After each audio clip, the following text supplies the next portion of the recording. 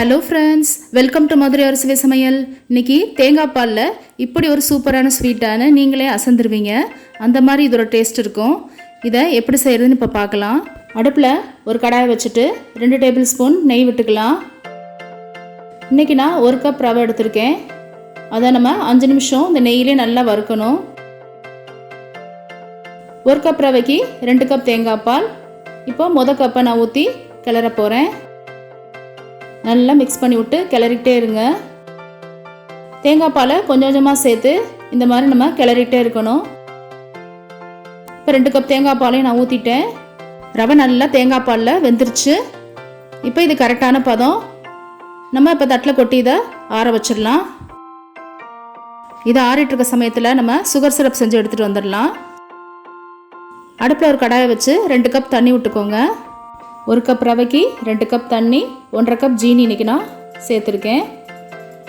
ஜீனி ஏன் கம்மியாக சேர்த்துருக்கேன்னா தேங்காய் பால் ஸ்வீட்டாக இருக்கிறதுனால 1.5 கப் ஜீனியை இதில் போட்டுருங்க.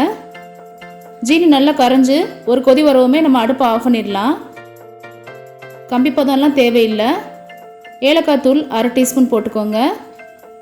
இப்போ ஒரு கொதி கொதிச்சிருச்சு. அடுப்பை ஆஃப் பண்ணிவிட்டு நம்ம இப்போ இந்த ரவையை நல்லா பிசைஞ்சு எடுத்துக்கலாம். இதுக்கு ஏலக்காய் தூள் 1/2 டீஸ்பூன் போட்டுக்கோங்க. தேங்காய் பால் 2 டேபிள் ஸ்பூன். இப்போ மாவை நல்லா அமுக்கி பிசைஞ்சிக்கணும். விடாமல் ஒரு 5 நிமிஷம் நல்லா பிசைஞ்சிக்கிட்டே இருக்கணும். எவ்வளோக்கு எவ்வளோ பிசைகிறோமோ மாவு அவ்வளோக்கு அளவு சாஃப்டாக இருக்கும். அப்போ தான் உருண்டையும் விரிசல் விழுகாமல் இருக்கும். பேக்கிங் பவுடர் 1/2 டீஸ்பூன் போட்டு அதையும் நல்லா சேர்த்து பிசைஞ்சுக்கோங்க.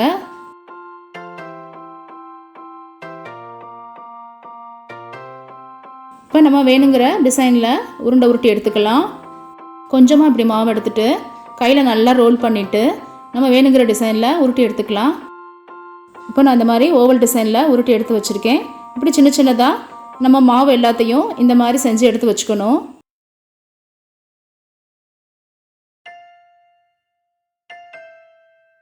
இப்போ பாருங்கள், நான் எல்லா மாவையும் இந்த மாதிரி செஞ்சு எடுத்து வச்சுட்டேன். அடுப்பில் ஒரு கடாயை வச்சு தேவையான அளவு எண்ணெய் ஊற்றிக்கோங்க. எண்ணெய் மிதமான சூட்டில் இருக்கப்போ நம்ம உருண்டை ஒவ்வொன்றா போட்டுட்டு இப்போ பொரிச்சு எடுக்க போகிறோம். உருண்டை ஒரு பக்கம் வேகவும் மறுபக்கம் பரட்டி விடுங்க.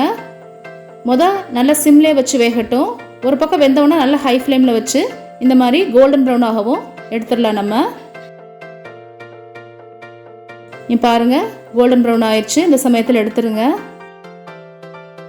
இப்போ ஜீனி பாகில் நம்ம இந்த உருண்டை ஃபுல்லாக 4 to 5 மணி நேரம் வரைக்கும் ஊற வைக்க போகிறோம்.